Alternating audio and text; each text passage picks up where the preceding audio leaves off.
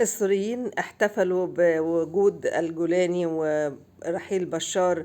لكن الغريب ان هم ما رجعوش بلدهم يعني. الغريب ان انت المفروض بقى ان انت او بلدك امنه دي، يعني اول طياره وتروح. هتقولي لسه الطيران ما فتحش؟ لا، مطار دمشق قال ان هو خلاص هيفتح. او هم عارفين كانوا بيرجعوا سوريا ازاي؟ ما احنا عارفين اللفه برضو بيرجعوا ازاي، يعني زي ما كانوا بيرجعوا يروحوا يرجعوا لنا تاني.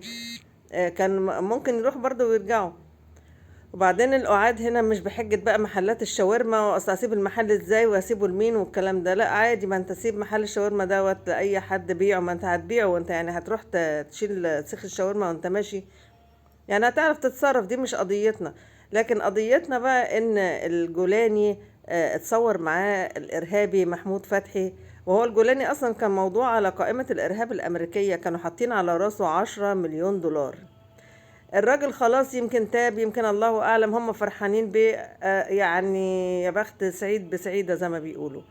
احنا ملناش دعوه، هم الناس مبسوطين بهذا النهج وخلاص.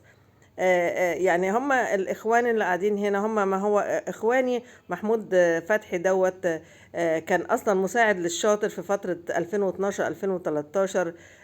كان ايضا مع جماعه حازمون اللي هو دلوقتي في السجن. يعني الراجل بصراحة ربنا. كمان الأهم إن هو متهم في قضية النائب العام هشام بركات اللي هم اغتالوه. متهم رئيسي وأخد حكم بالإعدام. فهو يعني من ضمن المجموعة بتاعة الجولاني متصور معاه، وبعدين حط الصورة على إكس وبعد كده شالها بسرعة. يعني مع عملية تضليل. وبعد كده يعني ده بيفهمنا. هو قاعد يقول لك يقولوا الدور على مصر، مش الدور ده الخيال بقى بتاعهم يعني. ف...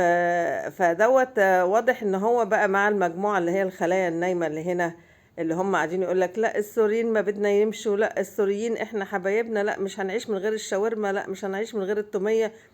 دول اللي هم ايه الظهير بقى بتاعهم، اللي هم قاعدين بيحضروا بقى نفسهم وفاكرين ان هم يعيدوا القارة تاني في مصر، او ان هم يعني يعملوا اللي هم عملوه هناك. لا يعني هم مش عارفة، مش مستوعبين. يعني مش الحمد لله، ربنا يحفظ جيشنا يا رب. هو جيشنا الحمد لله الأمان بتاعنا، لأن جيشنا دول ولادنا، ربنا يحفظهم من كل سوء. يعني فيعني اللف والدوران في ان هم يفضلوا قاعدين ديت كخلايا نايمة، وان هم اتباعهم المسلحين هناك الارهابيين هناك. وضحت الصورة يعني. فلازم تحرك سريع.